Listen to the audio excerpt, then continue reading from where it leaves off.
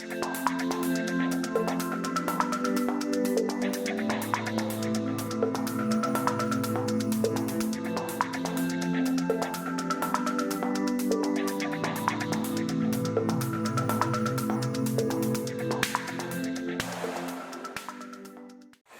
anak-anak semua, bertemu lagi di pembelajaran daring PPKN bersama Ibu Niputu Meliani. Pada pertemuan kali ini kita akan membahas materi integrasi nasional dalam bingkai Bhinneka Tunggal Ika. Adapun kompetisi dasar pada pertemuan kali ini, yang pertama mengidentifikasi kebinekaan bangsa Indonesia, yang kedua mendeskripsikan konsep integrasi nasional, dan yang ketiga mengidentifikasikan faktor-faktor pendukung integrasi nasional. Nah, langsung saja kita masuk ke materi yang pertama, kebinekaan bangsa Indonesia. Kebinekaan juga bisa disebut sebagai keberagaman. Nah, sebelum kita membahas lebih lanjut mengenai keberagaman yang ada di Indonesia, silakan anak-anak perhatikan gambar berikut. Nah, gambar-gambar tersebut merupakan keberagaman yang ada di Indonesia. Nah, keberagaman tersebut meliputi dalam hal agama, di mana terdapat 6 agama yang hidup berdampingan di Indonesia. Kemudian, suku bangsa. Nah, menurut data Badan Pusat Statistik tahun 2010, di Indonesia terdapat 1.340 suku bangsa yang tersebar dari Sabang sampai Merauke. Nah, di masing-masing daerah juga memiliki adat istiadat yang berbeda-beda. Nah, misalnya pakaian khas daerah, rumah adat tradisional, alat musik tradisional, termasuk juga di dalamnya makanan khas daerah. Nah, selain itu, keberagaman juga nampak dalam dari segi ras dan bahasa daerah. Nah, perlu anak-anak ingat bahwa keberagaman tersebut bukan alasan untuk kita terpecah belah. Kita tetap satu, yaitu Indonesia, sesuai dengan semboyan negara kita, Bhinneka Tunggal Ika, yang artinya berbeda-beda tapi tetap satu jua.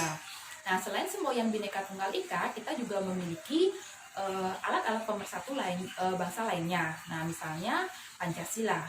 Pancasila sebagai dasar negara juga kita jadikan sebagai pedoman dalam bertingkah laku.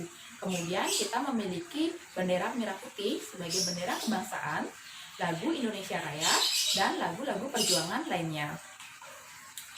Nah, selanjutnya persatuan dan kesatuan tersebut sangatlah penting untuk kita wujudkan. Kenapa? Karena dengan adanya persatuan dan kesatuan akan mewujudkan kehidupan yang selaras, serasi, dan seimbang, di mana pergaulan antar sesama juga akan lebih akrab. Nah, dengan adanya persatuan dan kesatuan, perbedaan yang ada tidak akan menjadi sumber konflik atau masalah. Dan yang paling penting, dengan adanya persatuan dan kesatuan, pembangunan akan lancar. Nah, anak-anak, persatuan merupakan syarat mutlak bagi kejayaan Indonesia. Dengan adanya keberagaman tersebut, harus membentuk masyarakat Indonesia yang menghargai perbedaan, memiliki sikap toleransi. Nah, kuncinya terdapat pada komitmen persatuan bangsa Indonesia yang juga kita sebut sebagai integrasi nasional.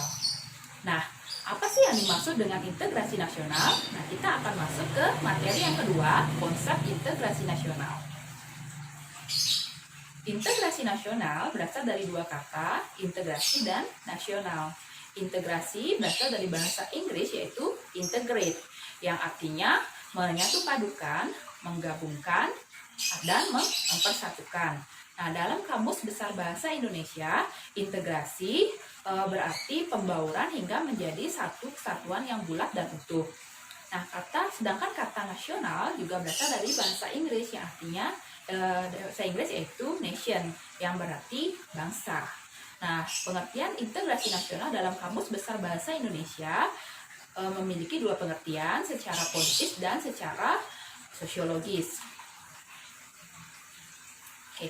Nah, kita bahas dulu pengertian integrasi nasional secara politis. Nah, menurut Kamus Besar Bahasa Indonesia, secara politis, integrasi nasional dapat diartikan sebagai penyatuan kelompok-kelompok budaya dan sosial dalam kesatuan wilayah nasional yang membentuk suatu identitas nasional.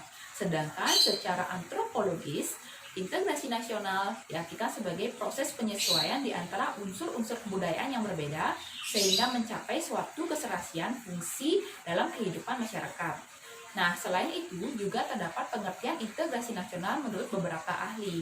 Misalnya, yang pertama menurut Howard Origin, Integrasi bangsa berarti penyatuan bagian-bagian yang berbeda dari suatu masyarakat menjadi suatu keseluruhan yang lebih utuh, atau memadukan masyarakat kecil yang jumlahnya banyak menjadi satu kesatuan bangsa.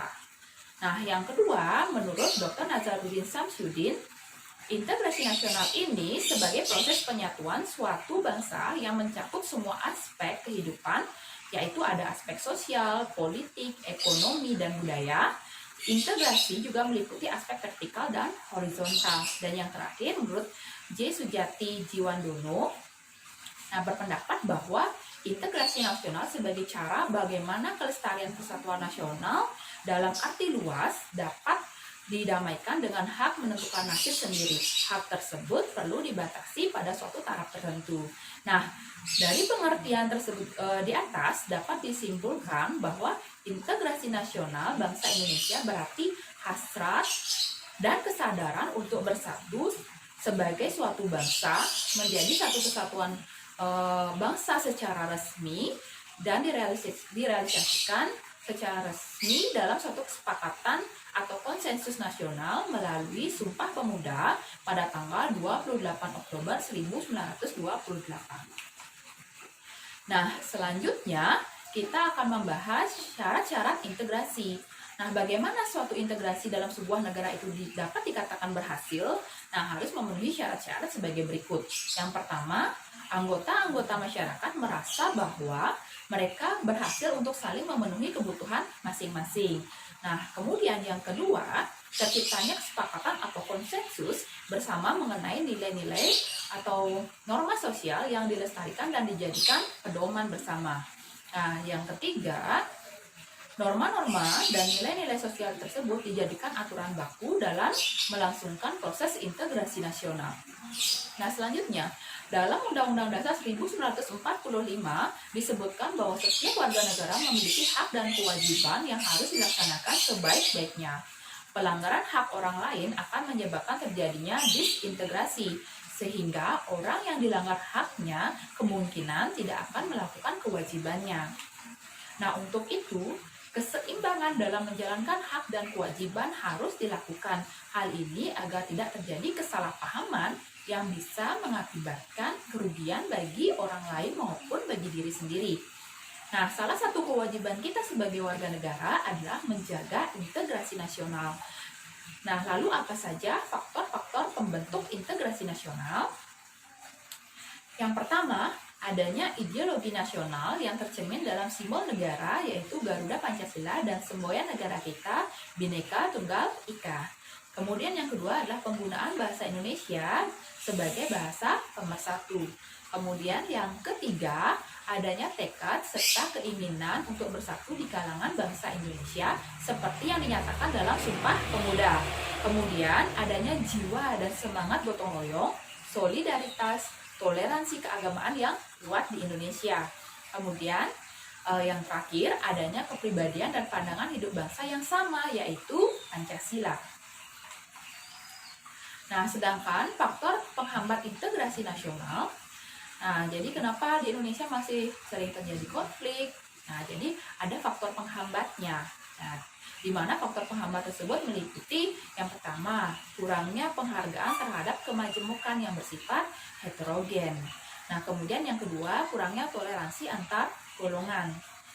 Kemudian yang ketiga, kurangnya kesadaran dari masyarakat Indonesia terhadap ancaman dan gangguan yang berasal dari luar.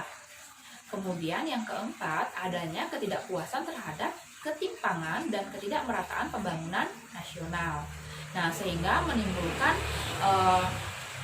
kelompok-kelompok separatis di beberapa daerah yang ingin melepaskan diri dari NKRI.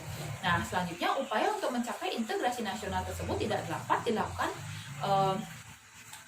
oleh pemerintah saja, tapi memerlukan partisipasi dari seluruh masyarakat Indonesia untuk mendukung pelaksanaan atau proses integrasi nasional tersebut.